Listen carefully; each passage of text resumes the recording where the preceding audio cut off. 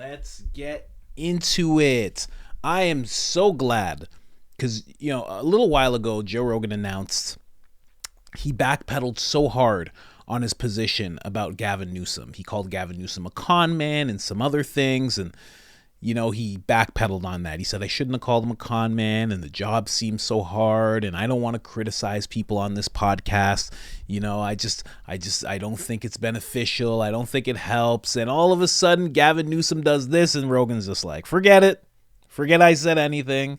And he's right back to criticizing Gavin Newsom. And listen, I don't have it out for Gavin Newsom at all, but when these politicians do certain things, when they are taking money from certain people and groups, and when they're passing certain laws, you have to call them out. And if you have the biggest platform in the world, even the smallest call out ripples, as it is right now. So I'm just very glad he got back to that. I'm going to be playing a clip from him and Mike Baker right now. Let's get into it. Switch it up. Let's go. It's about Gavin Newsom and what he could have done for California the whole time. And then I have another clip explaining it a little deeper. Let's get into it. Top of the ticket. So they got to figure out a way to delicately or elegantly clear the decks. And then God, because he's so desperate for it, but also because, who else is running right now is Gavin Newsom. And the DNC, the White House, would have approved his meeting. He met with Xi, during his trip to China. That sort of thing has to be, cleared. He's not going to do that and then surprise the White House. Oh, by the way, I was there and I got a chance to stop by, have coffee with Xi. So that, there's a planning that goes into that. And so that tells me that's an indication that, they're looking to set the table, get him some international experience and exposure, right? That's always important. Are you presidential? What, do you have foreign policy experience? Well, you're going to sat toe-to-toe with Xi and, bullshit, but it's Gavin Newsom. He's fucked up California. Hey, fuck up America. Did you see what he said about this whole cleaning up San Francisco thing? That when visitors come over, you clean your house? Yeah. Like, what do you just let everybody else shit in your house all over the carpet when visitors are coming over? Like, what are you talking about?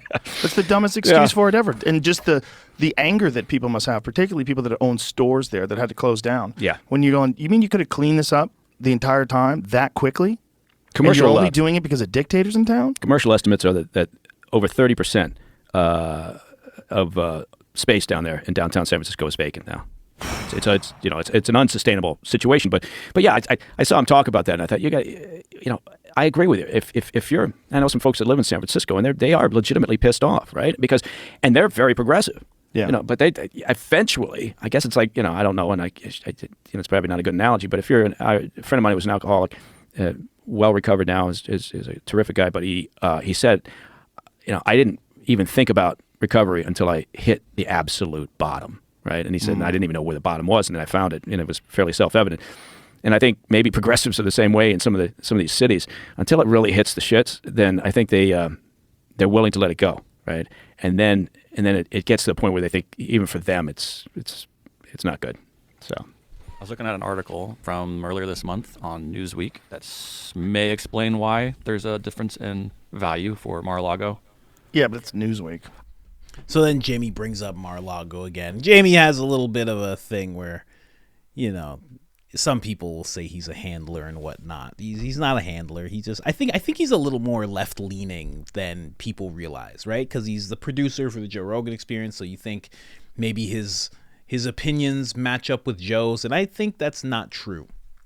I think he's rather progressive.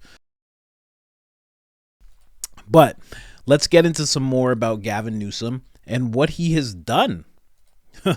This is the one thing. I can't move this screen, but this is the before and after that I was showing you just a second ago. That means the whole time he could have done this. He could have changed things for the people. Think about how many people, like where did they put these homeless people? If they put them in good places and you had the streets cleaned, you solved the problem. It's so hard for me to be convinced that this isn't by some kind of design when I see this guy just do it at the drop of a hat like this. It looks nice. The residents probably aren't being harassed at all because there's no homeless people around. And the homeless people are probably somewhere warm. And that's obviously me giving him the benefit of the doubt. But it's crazy that it took the emperor, is it, of China? Emperor, president, ruler? It's crazy that it took him arriving for Gavin to even consider doing this. Right? And people ask what those silver troughs are that you're seeing at the bottom of the screen at the after side. That's actually to just, it's to make it so people can't set up tents. See, if you see how big those troughs are, you can't set up a tent. You can't do it in between them. You can't really do it over them. So it's that kind of thing. And there's probably some kind of bumpiness inside of the actual trough, so you can't actually do that.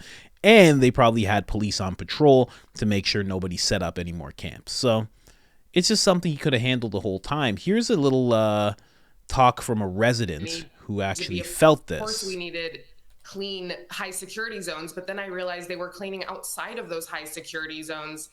And then that Newsom clip surfaced, and it was abundantly obvious that they were cleaning because of optics and not security. It is extremely frustrating.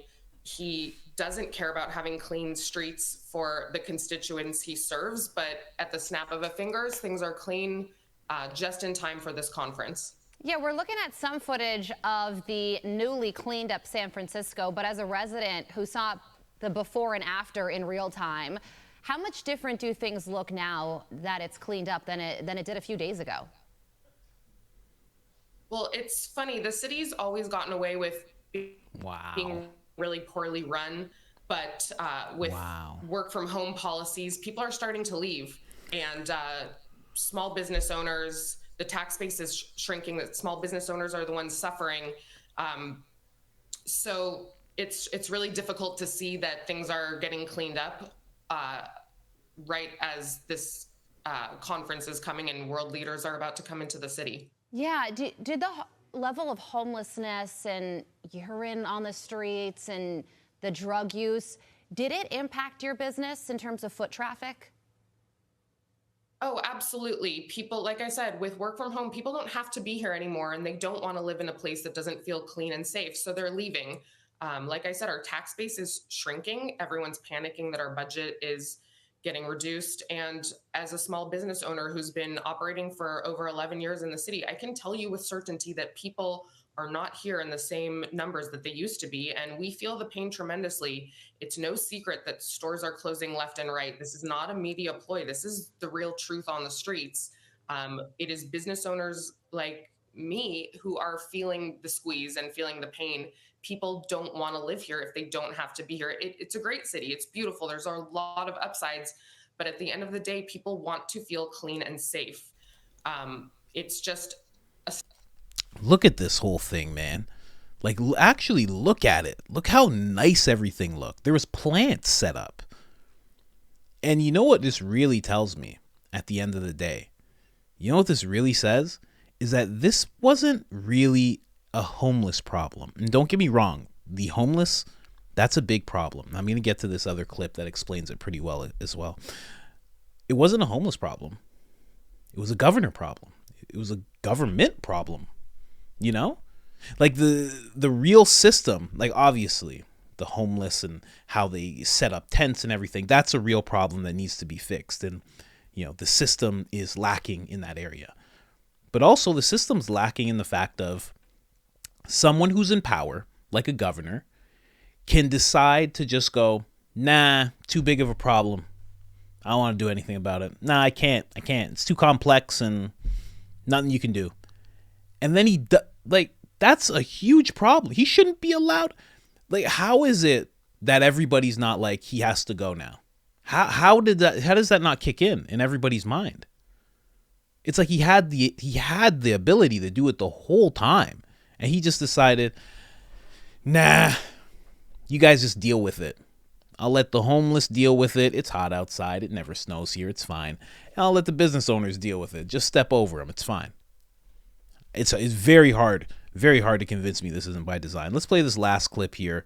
This guy explains it pretty well as well. I'm not sure what podcast this is, but I do know that it is from a creator on X called Chief Nerd. If you are not following Chief Nerd and you're on X, you're doing yourself a disservice. Trust me, follow him. Let's go. Let's pull it up. It's good. Yeah, here, play it. Folks Play the clip. they're just cleaning up this place because all those fancy leaders are coming into town. That's true because it's true. What he's basically doing there is admitting that he, as the governor, has the power to snap his fingers and wave his magic wand and clean up the streets of San Francisco. And that is completely different than what he's been telling us for years. For years, he's been maintaining that the problem of homelessness in California is owned by local officials or by judges or by somehow by the system itself, and is too complex and is beyond his power to simply do something about it. But he just admitted that, in fact, he does have the power to do something about it. In fact, he is the boss of a one-party state. And all he had to do was snap his fingers and make this homeless problem go away. And he's willing to do that for Xi Jinping. He's willing to do that for Dreamforce. He's willing to do that for the Super Bowl, but he is not willing to do that for the ordinary citizens of San Francisco. And I think that ultimately is going to be a huge vulnerability. What he should have said here is, it's true that we cleaned up the city to represent ourselves well for these foreign leaders who are coming in. But the truth of it is that we should be doing this every day. And here's my agenda for fixing it. Point 1, 2, 3. And if we could get everyone on board with this agenda, we could fix this problem.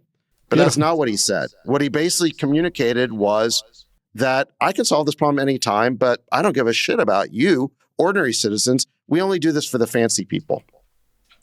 Let's pull it up. So wild. So true. Perfectly said. It's really interesting. And here's the thing with what that guy just said.